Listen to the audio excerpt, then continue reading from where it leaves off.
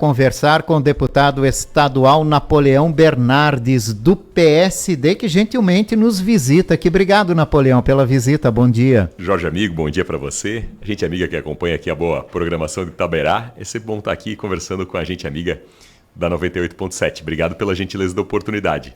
Como é que estão os trabalhos na Assembleia Legislativa, Napoleão?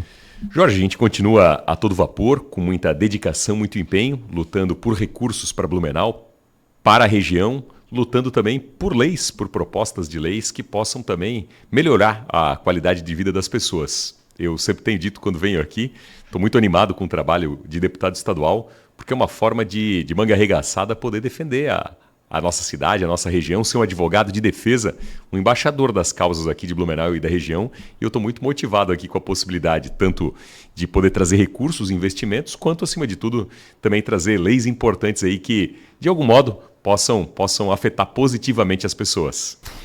E um trabalho muito bem feito, inclusive, da bancada regional, né? A gente pode citar um exemplo aí do Complexo Esportivo do SESI, né, deputado? Uma grande conquista. Começou ainda na legislatura passada, foi uma iniciativa que partiu na época do deputado Ivan Nats e apoiado pelos deputados de Blumenau, deputado Alba, deputado Ismael dos Santos, aí virou a legislatura. Então aquela discussão começou lá atrás. E aí veio a nova legislatura, que é essa, a nossa. E nós 4 deputados de Blumenau, o deputado Ivan Nats, Marcos da Rosa, o deputado Egídio Ferrari e eu, nos temas maiores de Blumenau e da região, a gente tem trabalhado muito em sintonia, 100% juntos, lado a lado, para defender as bandeiras e as prioridades. A Prefeitura apontou como uma das prioridades a questão do complexo do SESI e nós fomos atrás para fazer essa defesa. Conquistamos, por um lado, com o governador Jorginho Melo, os recursos para a aquisição do SESI para o município. E aí um detalhe bem importante, Jorge, nessa estratégia, é que aquilo que o SESI e a Fiesc receberem do Estado em virtude da municipalização do SESI, há um compromisso de reinvestir esses valores na educação aqui de Blumenau. A Fiesc, o SESI, eles têm se dedicado mais ao ensino, às questões de educação profissionalizante, educação para o trabalho. É o foco do Senai, é o foco do SESI, Isso. É o foco que eles estão desenvolvendo, especialmente através do Senai e também através do SESI. Então, esses recursos que o Estado vai investir no SESI vão ser reaplicados em Blumenau na educação profissionalizante. Já é um golaço, porque você acompanha muito aqui no dia a dia da Itaberá o quanto se fala, né, que em Blumenau há oportunidades, mas às vezes falta gente qualificada para aquela atividade profissional. Então, investimento na veia para investir na formação de pessoas para o trabalho. Por outro lado, o SESI municipalizado é uma opção de esporte, de lazer, de turismo, de qualidade de vida. Então nós conseguimos, como bancada, essa priorização pelo governo do Estado. E aí, como Assembleia Legislativa, 5 milhões de uma emenda regional com a união dos 4 deputados de Blumenau, os 4 somando a favor, eu, Marcos da Rosa, Egídio Ferrari e Ivan Nats, garantindo esses 5 milhões para a primeira etapa aí de reforma do SESI para entrega à população. Deputado, o senhor como ex-prefeito, experiência que o senhor tem, né? Algumas pessoas têm um lado que questiona a questão do complexo esportivo do SESI pela manutenção dele, que seria muito cara.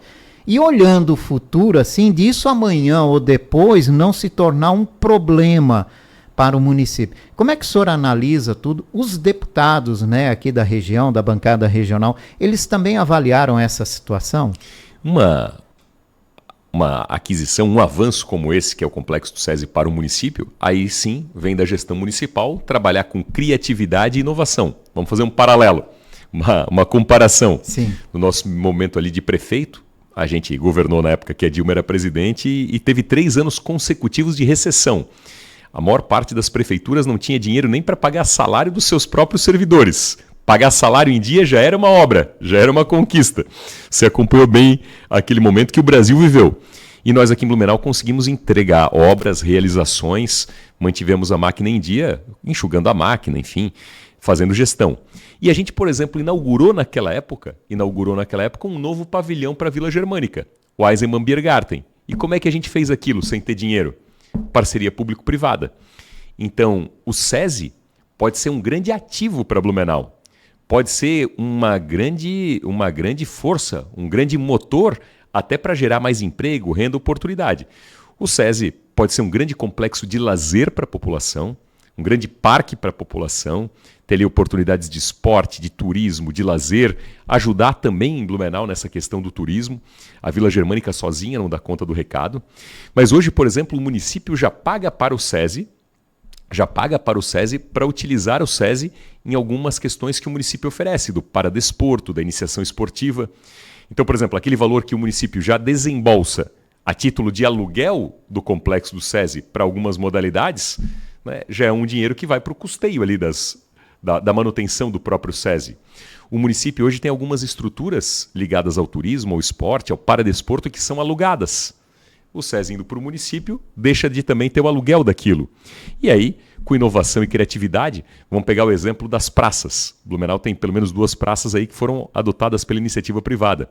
Uma delas está dando muito certo, né? As duas tem a chamada Estação Unifique, tem aqui a Praça da Patagônia, né? Então são 2 praças que hoje estavam em desuso, né? Hoje com parceria público-privada, sem manutenção para o município, né? São bem cuidadas e têm atrativos para as pessoas.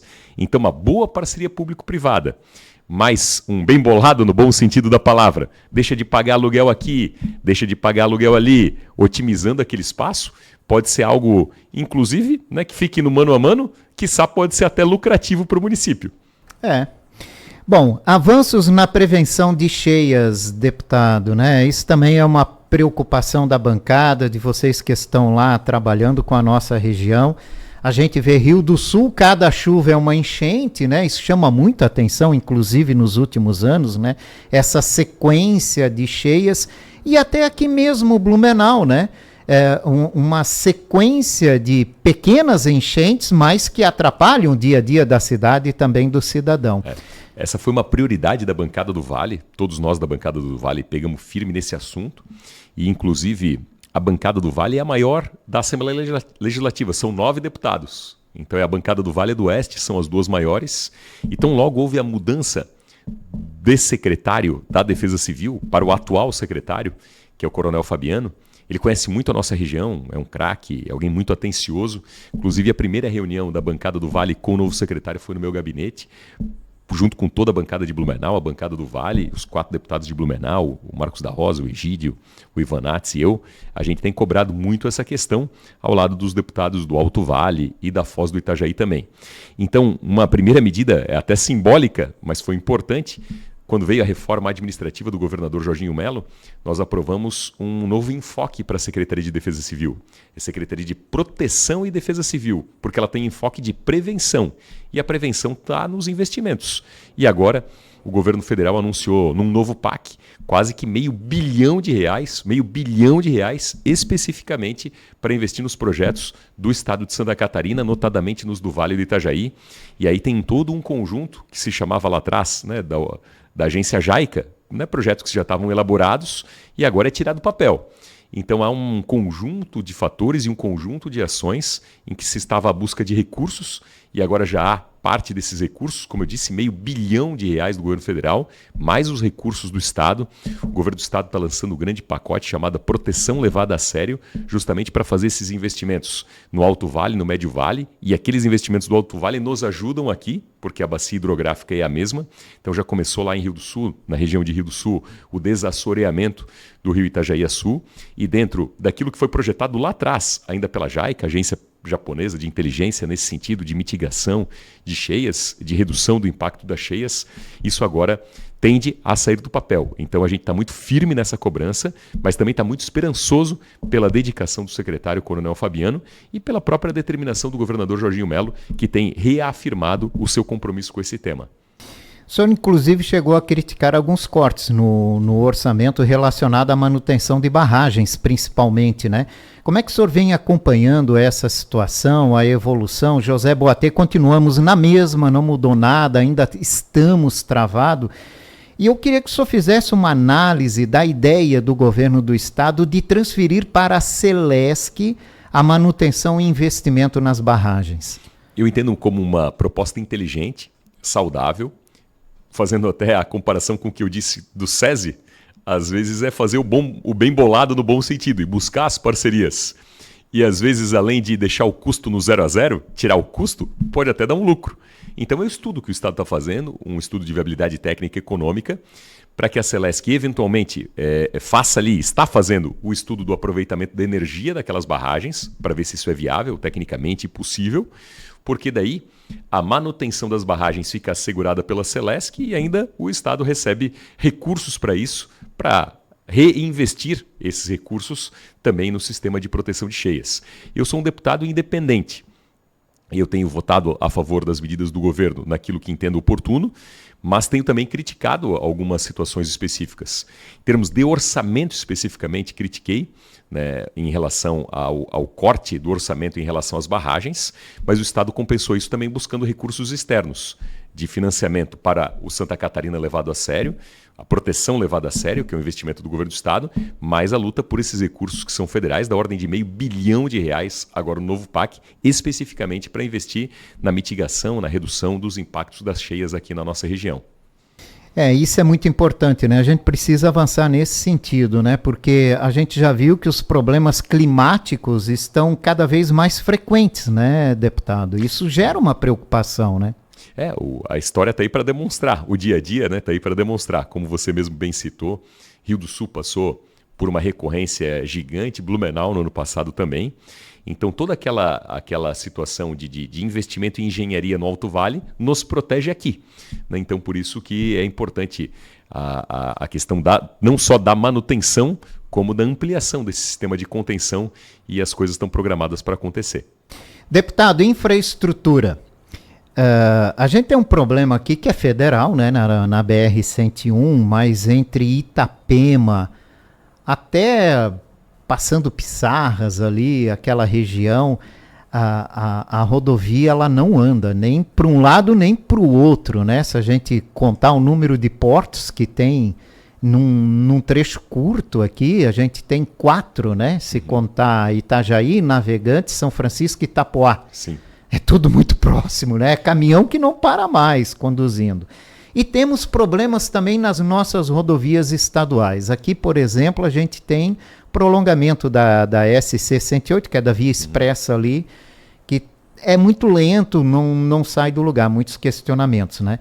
Como é que vocês acompanham essa situação lá na Assembleia Legislativa? O senhor particularmente está acompanhando isso, né? E o que pode fazer para a gente destravar essas situações? Em relação à BR-101, eu tenho até defendido uma tese que a gente já precisa da BR-102, que é fazer uma via paralela. Paralela, né? Aliás, o governo anterior do estado tinha um projeto nesse sentido, ou montou um projeto nesse sentido. E né? é isso que eu tenho buscado resgatar. Porque hoje, na verdade, você bem citou ali, de Barra Velha mais ou menos, a Itapema é quase uma avenidona. Isso. É como se fosse aquelas avenidas lá de São Paulo, que tudo ficam parado, todas congestionadas, né? Vira uma grande avenida. Exatamente. Totalmente congestionada. A gente, se fizer uma imagem aérea de São Paulo ou ali da 101 nesse trecho, parece igual. A mesma coisa. Aí a gente tem um contorno em Florianópolis, que vai ser inaugurado agora essa semana, se eu não me engano, né?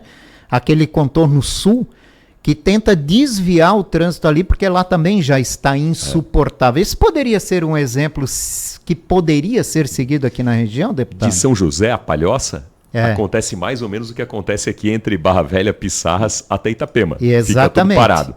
Então o contorno viário da Grande Florianópolis faz esse desvio, e aí surge uma paralela, que é o que eu, entre aspas, chamo da tal BR-102. E é o que a gente tem defendido aqui. No curto prazo, tem uma tese, e a gente está defendendo. Claro, esse é um tema federal, mas a gente tem lutado muito junto à bancada catarinense no Congresso por uma pressão grande no governo federal, na NTT, que é a Agência Nacional ali de Transportes Terrestres, as agências que regulam as concessões, porque a atual concessionária, que é a Arteris, ela pleiteia uma extensão do contrato por mais tempo. Estender o contrato por mais tempo exige da concessionária contrapartidas.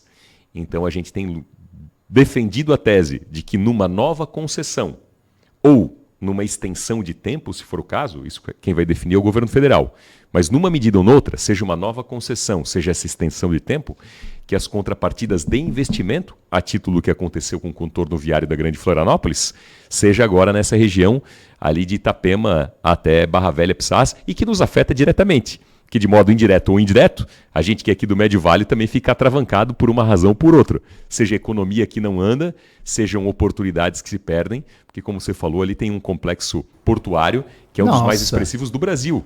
E a tem exportação um aeroporto, e a importação acontecem por ali, o aeroporto de Navegantes é acessado por ali. Que agora também deve receber carga, né, deputado? Isso. Então vai aumentar caminhões nessa rodovia. Então, né? A 101, nesse ponto ali, ela é estratégica para a economia de Santa Catarina. É o pulmão da economia, é o coração da economia de Santa Catarina. Parando o coração para o corpo. Então, até para a economia de Santa Catarina não parar, ali tem que avançar. E para nós também, como pessoa física, de um modo ou de outro, em algum momento, todo mundo fica trancado por ali. Então, essa cobrança tem sido feita de forma firme. E já é estudo, seja para terceiras faixas, seja para elevados. E aí, numa questão de mais longo prazo,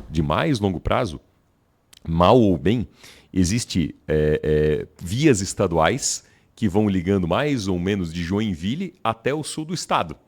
Então, né, enfim, aqui pela nossa região, passa por Guaramirim, passa por Massaranduba e tal, né, vai passando ali por Brusque.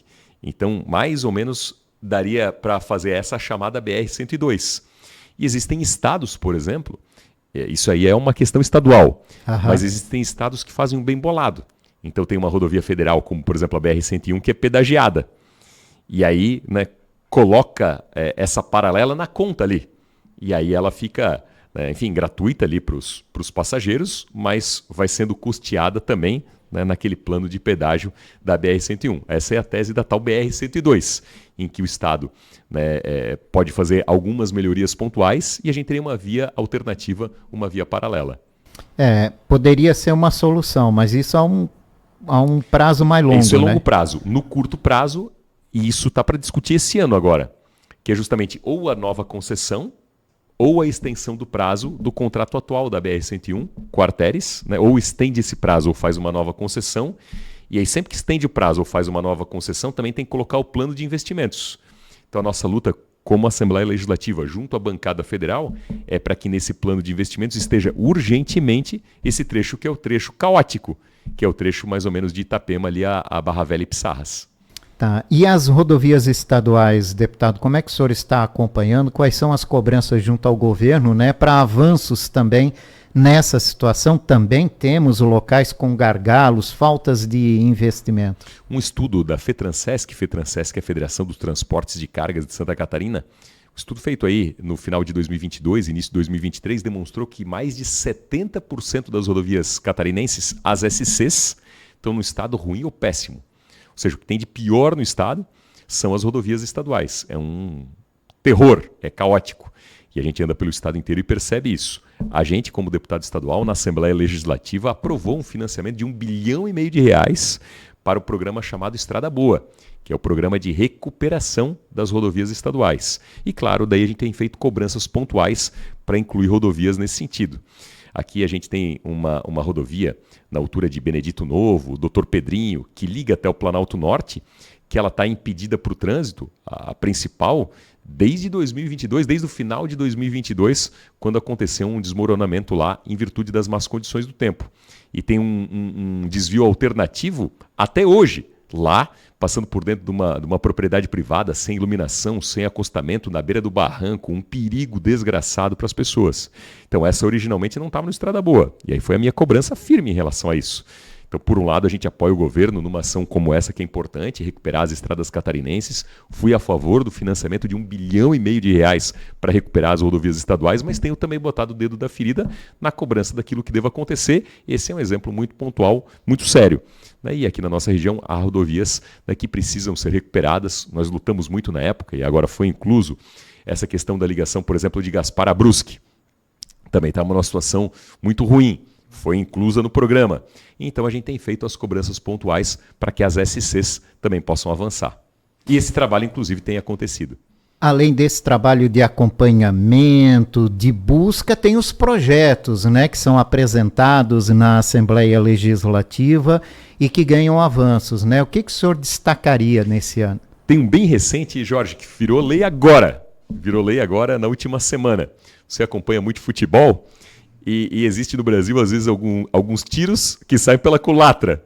Mira numa coisa e acerta em outra. E a medida, às vezes, é pensada para o bem, mas o efeito acabar sendo danoso. Se limitou a venda de cerveja nos estádios. Né? Ficou um tempo muito curto com o direito à venda de cerveja nos estádios.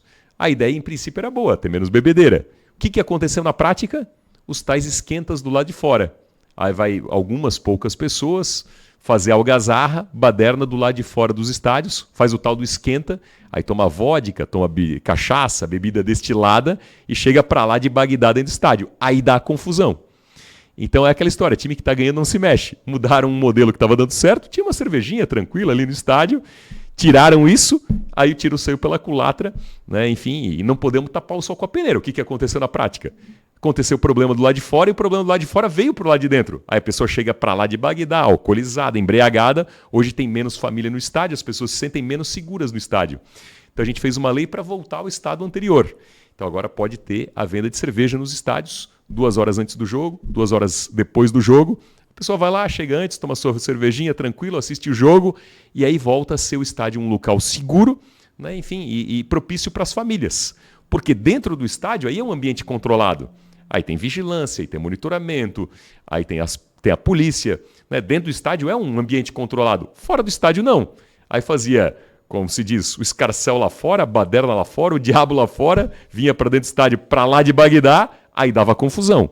Então o nosso projeto, que inclusive foi a pedido da Federação Catarinense de Futebol e dos clubes, que constataram o seguinte, olha, antes era mais tranquilo, antes tinha mais família, antes era mais benéfico. E a gente voltou então, e agora é lei, agora pode ter a venda de cerveja nos estádios. E a gente combinou, né, e fez constar uma cláusula, inclusive, que pelo menos uma vez por ano vai ter uma semanada ali das cervejas catarinenses. Ou seja, a priorização é a cerveja artesanal, a cerveja de Santa Catarina. E, inclusive, isso vem ao encontro até de um setor importante da economia, que são as cervejarias artesanais, que geram emprego, renda, oportunidade. Então, virou lei, né, um projeto que a gente apresentou esse ano e já está aprovado, já está valendo. Quais são as prioridades agora no segundo semestre, deputado? A gente vai continuar fazendo, né, a cobrança por investimentos na nossa região, lutar por recursos.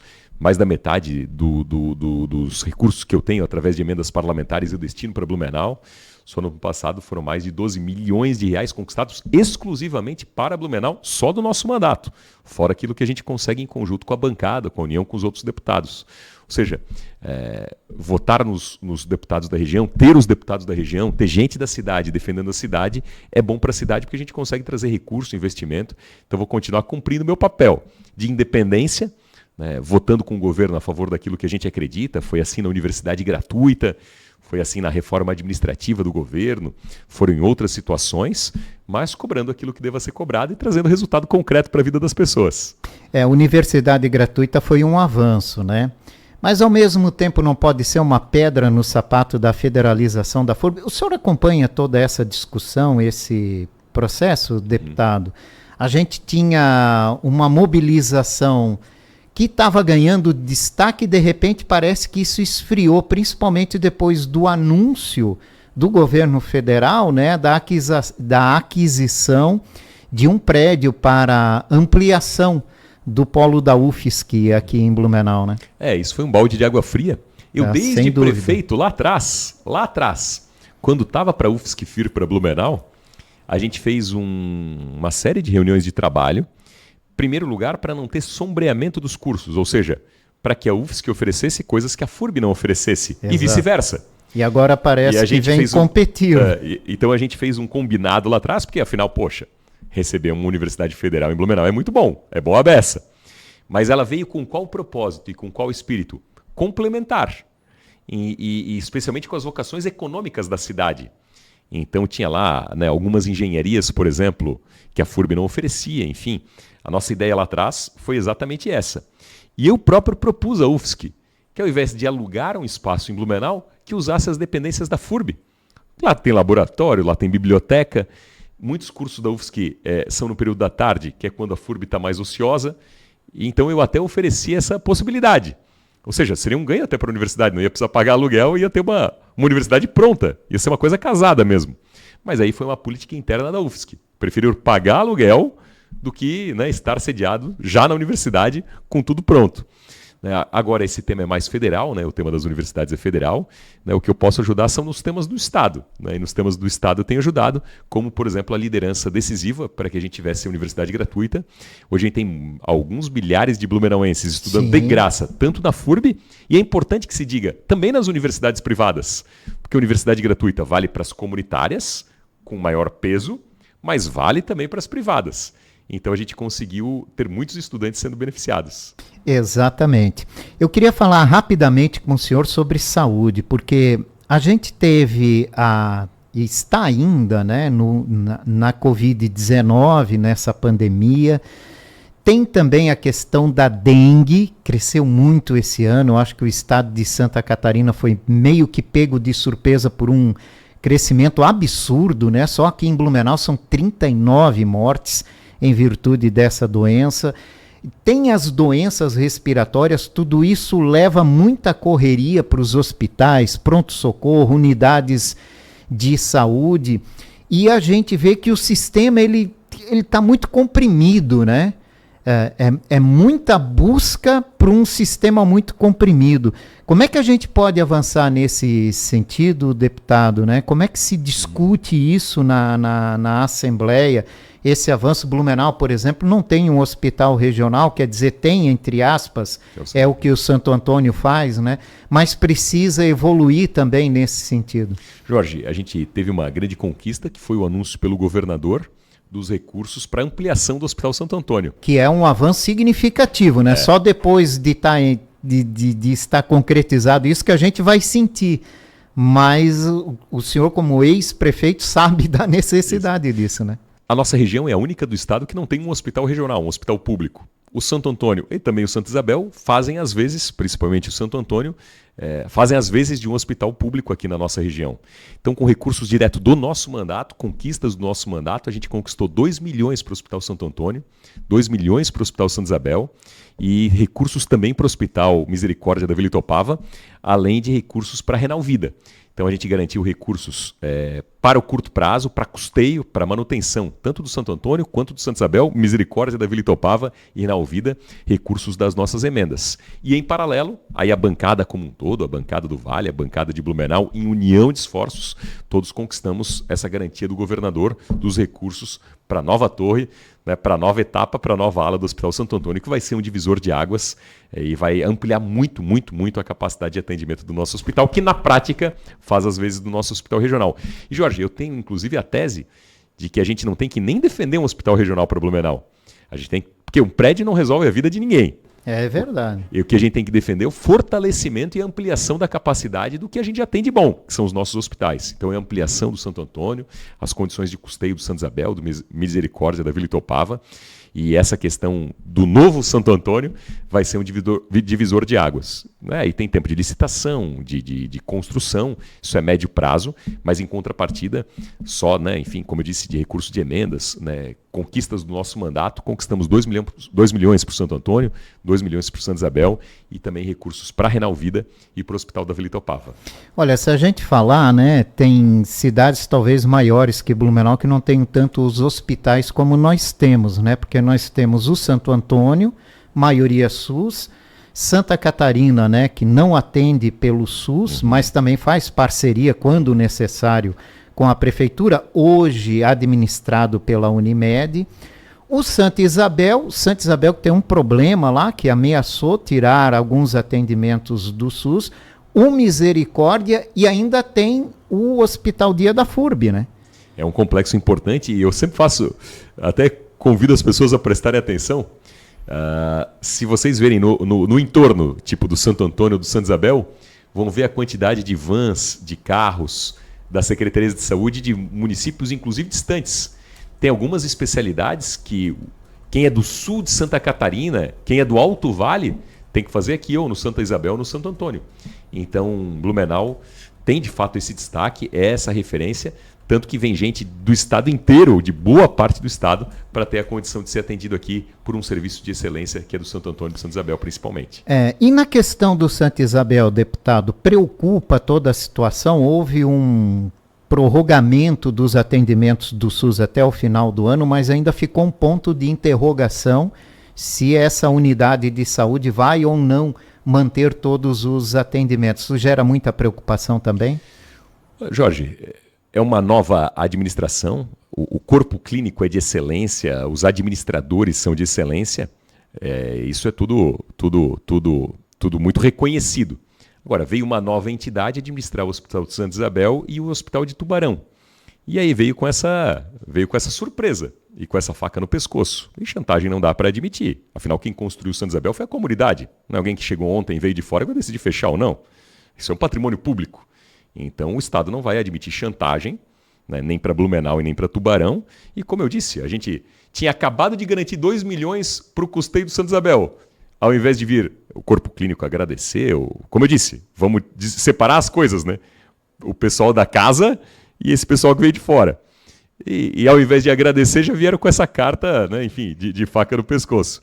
Mas eu tenho certeza aí que é um blefe, enfim, para chamar alguma negociação. Né, e esse assunto o Estado vai com certeza resolver e não se vai ter irresponsabilidade de nenhum dos dois lados em prejudicar a população e a gente vai estar sempre do lado da população. Deputado, obrigado pela participação aqui, muito obrigado pela visita também. O senhor sempre é bem-vindo aqui quando tiver condições de atender a nossa agenda. Jorge, eu que agradeço muito aqui a oportunidade de estar na Itaberá, uma boa semana para você, para toda a gente amiga. Todo mundo também é convidado a acompanhar nossas redes sociais, Napoleão Bernardes.